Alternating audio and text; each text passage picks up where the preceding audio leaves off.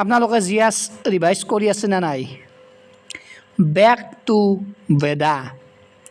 এই শ্লোগানটো কোনে দিছিল জিএছৰ বিভিন্ন এক্সামত বহুবাৰ সুধিছি কোনে দিছিল অলৰেডি আপোনালোকে পঢ়িছি সো বহিত লেখক কোনে দিছিলে দয়ানন্দ সৰস্বতী দিছিলে বেক টু বেদা এই শ্লোগানটো জিএছত অলৰেডি এক্সামত সুধিছি নেক্সট এটা পইণ্ট মনত ৰাখিব আৰ্য সমাজৰ ফাউণ্ডাৰ আছিল দয়ানন্দ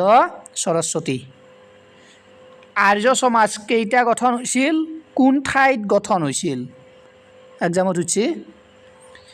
সো মনত ৰাখিব আৰ্য সমাজ বম্বেত গঠন হৈছিল কিমান চনত 1875 ফাউণ্ডাৰ কোন আছিল আৰ্য সমাজৰ দয়ানন্দ সৰস্বতী এই গোটেইকেইটা কুৱেশ্যন এক্সামত সুধিছি ইম্পৰ্টেণ্ট অ'কে শৰ্ট নোট কৰি লিখি যাব পাছত ৰিভিজনত কামত আহিব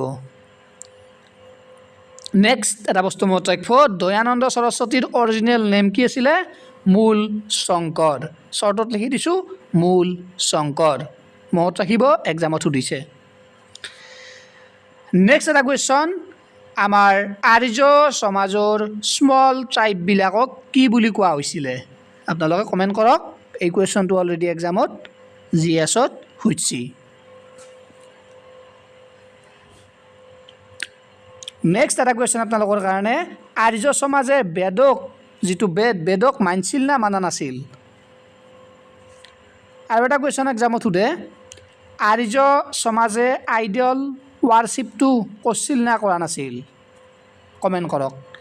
আৰু এটা কুৱেশ্যন ওৱান গড এই কনচেপ্টটো আৰ্য সমাজে মানিছিল না মানা নাছিল এই তিনিটা কুৱেশ্যনৰ এনচাৰ আপোনালোকে কমেণ্ট কৰক অলৰেডি এক্সামত সুধিছি সেই পইণ্টকেইটা লিখি থৈ দিব কামিং এডিআৰই বা IPSCত ইয়াৰ পৰা কুৱেশ্যন সুধিব পাৰে ইম্পৰ্টেণ্ট অলৰেডি বিভিন্ন এক্সামত এইবিলাক বহুবাৰ সুধিছি